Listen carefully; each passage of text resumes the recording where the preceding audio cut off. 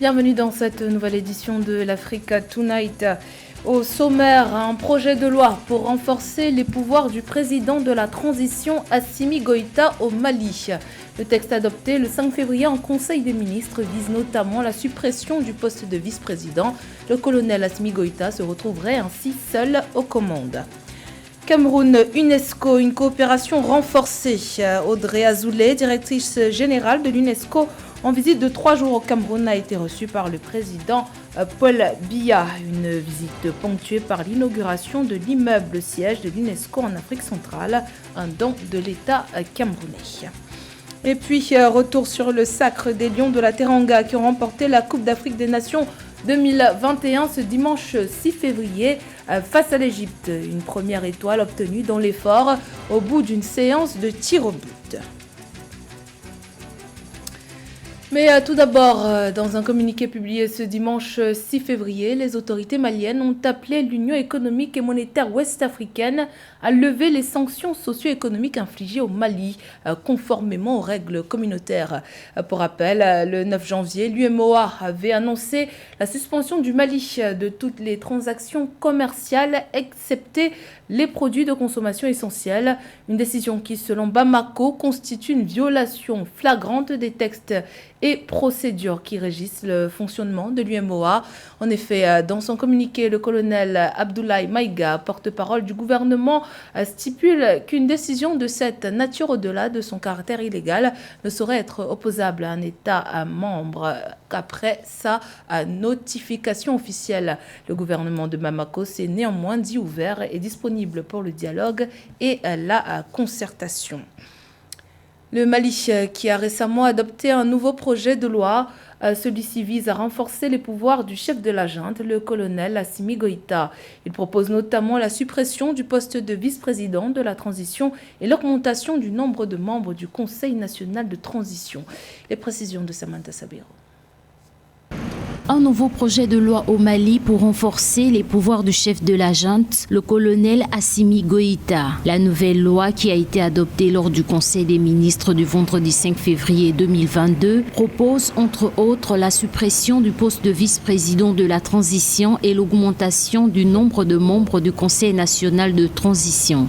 Oui, effectivement, le Conseil national de transition, qui fait office donc de l'Assemblée nationale, a été convoqué en session extraordinaire ce week-end pour plancher entre autres sur différents projets de textes qui ont été adoptés en Conseil des ministres, notamment la charte donc de la transition.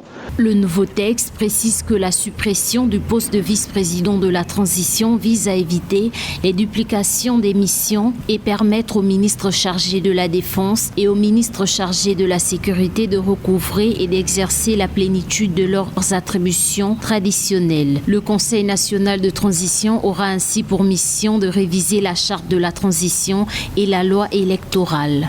Donc, à la lumière de tous ces projets de textes qui doivent être étudiés pendant cette session extraordinaire du Conseil national de transition, il apparaît clairement qu'il ne s'agit pas d'une session convoquée uniquement pour attribuer les pouvoirs, des pouvoirs supplémentaires au président de la transition, à mon avis. Lancées dans le pays depuis le 11 décembre 2021, les assises nationales avaient décidé de prolonger la transition de la junte militaire de 6 mois à 5 ans. Un délai jugé inacceptable par la Communauté économique des États de l'Afrique de l'Ouest, CEDEAO, qui dit attendre un calendrier plus raisonnable des autorités maliennes. En attendant, le Mali est toujours suspendu des instances de la CEDEAO. Ces sanctions impactent fortement son économie.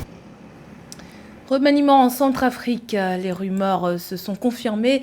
Après 8 mois de service, le Premier ministre Henri-Marie Dondra a été démis de ses fonctions et remplacé par le ministre de l'économie Félix Molua. Annonce faite ce lundi 7 février par le porte-parole de la présidence de la République, Albert Yalouké Mokpemi. En visite au Cameroun, Audrey Azoulay, la directrice générale de l'UNESCO, a été reçue le 6 février par le chef de l'État, Paul Biya. Au menu des échanges, 2 principaux sujets, l'éducation et le développement des radios communautaires. Les détails avec Thierry Ndassa. En visite officielle au Cameroun, la directrice générale de l'UNESCO, Audrey Azoulay, a été reçu en audience par le président de la République du Cameroun, Paul Biya, au Palais de l'Unité, dans l'après-midi du 6 février 2022. Un entretien qui a permis au chef de l'État camerounais et à son hôte de passer en revue les principaux sujets de coopération qui unissent le Cameroun et cette institution onusienne. D'abord l'éducation. Vous savez que le monde entier vient de vivre une crise éducative majeure et le Cameroun est un des pays avec lesquels l'UNESCO a le mieux travaillé dans la période récente pour assurer et travailler à la continuité pédagogique à travers l'enseignement à distance de diverses façons. Et c'est une leçon d'ailleurs qui est utile pour toutes les zones où l'éducation est encore difficile car nous sommes très attachés à défendre le droit à l'éducation pour toutes et pour tous. Autre sujet évoqué, le développement des radios communautaires, fruit du partenariat entre l'UNESCO et le gouvernement camerounais.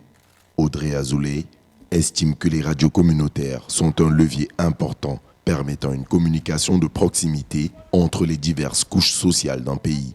Les radios communautaires qui sont si importantes là aussi pour avoir une présence dans la diversité des langues, dans la diversité des cultures, la diversité du territoire et avec une implication forte de la société civile, des jeunes, des journalistes, du monde culturel, du monde associatif qui trouve un média d'expression très fort à travers ce réseau de radios associatives. Au terme de l'audience avec le chef de l'État, la directrice générale de l'UNESCO, Audrey Azoulay, a reçu la distinction d'officier de l'Ordre national de la valeur. La Côte d'Ivoire parmi les meilleurs élèves de l'espace UEMOA. Le pays a réussi à mettre en exécution 82,6% des réformes et politiques de l'Union en 2021 contre 82,1% en 2020. Une progression qui est due notamment à la mise en œuvre de plusieurs programmes de développement. Au niveau régional, la même tendance est observée. Ange Nomenio. La Côte d'Ivoire fait bonne figure dans l'espace UEMOA. Le pays d'Afrique de l'Ouest a mis en exécution 86,2% des réformes et politiques de l'institution communautaire en 2021 contre 82,1% en 2020. Ce résultat est dû notamment aux efforts mis en œuvre par le pays pour la libre circulation des personnes, le droit d'établissement de certaines professions libérales, la gouvernance économique et la convergence. Les enjeux sous-jacents de l'exercice de ce jour sont importants. Il s'agit pour nous de préserver l'image de notre pays dans l'Union en donnant le bon exemple et en inspirant les autres pays membres du fait du poids économique de la Côte d'Ivoire au sein de l'Union. Si la Côte d'Ivoire a fait un bond en avant dans l'exécution des réformes et politiques de l'UEMOA, des progressions ont également été enregistrées sur le plan régional. Selon le président de la commission de l'UEMOA, le taux de mise en œuvre des réformes de l'Union est passé de 55% en 2014 à 76% en 2020, soit un bon qualificatif de 21 points de pourcentage. Je réaffirme ma ferme conviction dans la réussite du processus de notre intégration, dont la marche entamée depuis 28 ans maintenant est portée avec engagement par les plus hautes autorités de notre Union. Nous avons foi en notre intégration pour le bien-être de nos populations. Ces résultats ont été annoncés lors de la présentation de la 7e revue annuelle des réformes politiques, programmes et projets communautaires de l'UEMOA. La revue annuelle des réformes placée sous la présidence des premiers ministres et chefs de gouvernement et sous la tutelle des ministres en charge des finances a été instituée par l'acte additionnel du 24 octobre 2013 de la conférence des chefs d'État et de gouvernement de l'UEMOA. Valoriser le secteur de la pêche et de l'aquaculture en Afrique, dans les Caraïbes et le Pacifique. C'est la mission que s'est donnée l'Organisation des Nations Unies pour l'alimentation et l'agriculture avec le projet Fish for ACP, un programme qui cible entre autres le Zimbabwe où le secteur de l'aquaculture est en voie de développement. Kamesh Katapole. Comment favoriser une pêche durable à l'heure où le changement climatique est au centre des préoccupations ? La question est essentielle pour l'Organisation des Nations Unies pour l'alimentation et l'agriculture, actuellement aux commandes du projet Fish for ACP, un programme dont bénéficie le Zimbabwe, où la demande en tilapia est très importante. Avec ce projet, le pays va pouvoir développer l'élevage de ce poisson. Quand j'ai commencé l'élevage de tilapia, je pensais que c'était facile, surtout avec la construction d'étangs de pêche. Je pensais que nous pouvions simplement utiliser nos murs pour faire ces étangs. Mais plus tard, j'ai découvert qu'il y avait besoin de grosses machines comme des excavatrices. Initié par l'Organisation des États d'Afrique, des Caraïbes et du Pacifique, Fish for ACP est un programme quinquennal associant inclusion sociale et durabilité. Une aubaine pour le Zimbabwe qui compte un bon nombre de ressources halieutiques, mais plusieurs défis persistent. La FAO déplore non seulement un manque de statistiques, mais aussi l'absence de politique intégrée pourtant nécessaire au développement de ce secteur. Le poisson est très important pour les économies des pays de ces régions comme source de nourriture, de revenus, de subsistance et d'emploi. Mais les secteurs de la pêche et de l'aquaculture n'ont pas été en mesure d'atteindre tout le potentiel qu'ils pourraient avoir dans ces régions. Et les avantages qu'ils génèrent n'atteignent pas toujours les communautés qui en ont le plus besoin. En 2011, le Zimbabwe avait d'ailleurs obtenu un soutien financier de la part de la Banque africaine de développement pour l'élevage du tilapia. L'institution avait octroyé au pays une enveloppe de 8 millions de dollars, une somme destinée à financer le projet d'extension Lake Harvest Aquaculture. L'actualité sportive pour terminer. Le 6 février 2022 sera une date à jamais gravée dans l'esprit des Sénégalais. Le Sénégal a décroché ce dimanche la première Coupe d'Afrique des Nations de son histoire. Il était impossible pour les supporters des Lions de la Teranga de contenir leur joie, comme vous le verrez dans ce reportage de Siam Victor Asseji. Les Sénégalais sur l'ensemble du territoire et dans la diaspora sont passés par toutes les émotions lors de la finale de la Coupe d'Afrique des Nations 2021. Mais c'était déjà un match gagné d'avance dans les esprits et les cœurs tout au long de cette journée historique qui verra le sacre du Sénégal sur l'Égypte lors de la séance de tir au but. La célébration qui était déjà acquise selon les fans sénégalais pouvait alors à travers les clameurs lors du pénalty de Sadio Mané rendre euphorique tous les supporters. Ouais, aujourd'hui, on a joué 120 minutes, c'est un peu difficile. On est stressé, on a eu une penalty à la 7e minute, on l'a raté, mais on devait boucler le match. Dieu merci, Dieu merci. Seul Dieu peut faire une chose pareille. Pour une fois dans l'histoire, le Sénégal gagne une coupe. Nous remercions Dieu qu'on le fait davantage des centaines et des centaines de fois. Oui, le Sénégal a gagné.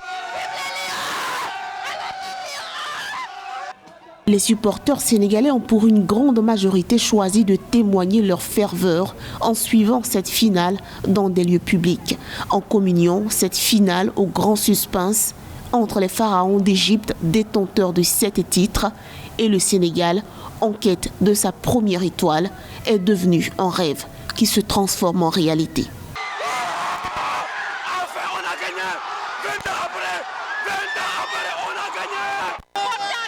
Je suis très contente parce que nous attendions ce moment depuis très longtemps. Champion d'Afrique de football pour la première fois de son histoire, le football sénégalais atteint des cimes après une bataille de 20 ans qui a vu la sélection des Lions de la Teranga se distinguer parmi les meilleurs du continent. Bien que touché par l'échec en finale en 2019, perdu face à l'Algérie, beaucoup d'espoir était encore possible pour des fans passionnés et déchaînés. 2022 est l'année du sacre. Un sacre qui arrive le même jour où le Sénégal préside l'organisation de l'Union africaine. Tout un symbole. C'était le journal de la rédaction. Merci pour votre fidélité. Dans un instant, une nouvelle édition de l'actualité sur Africa 24.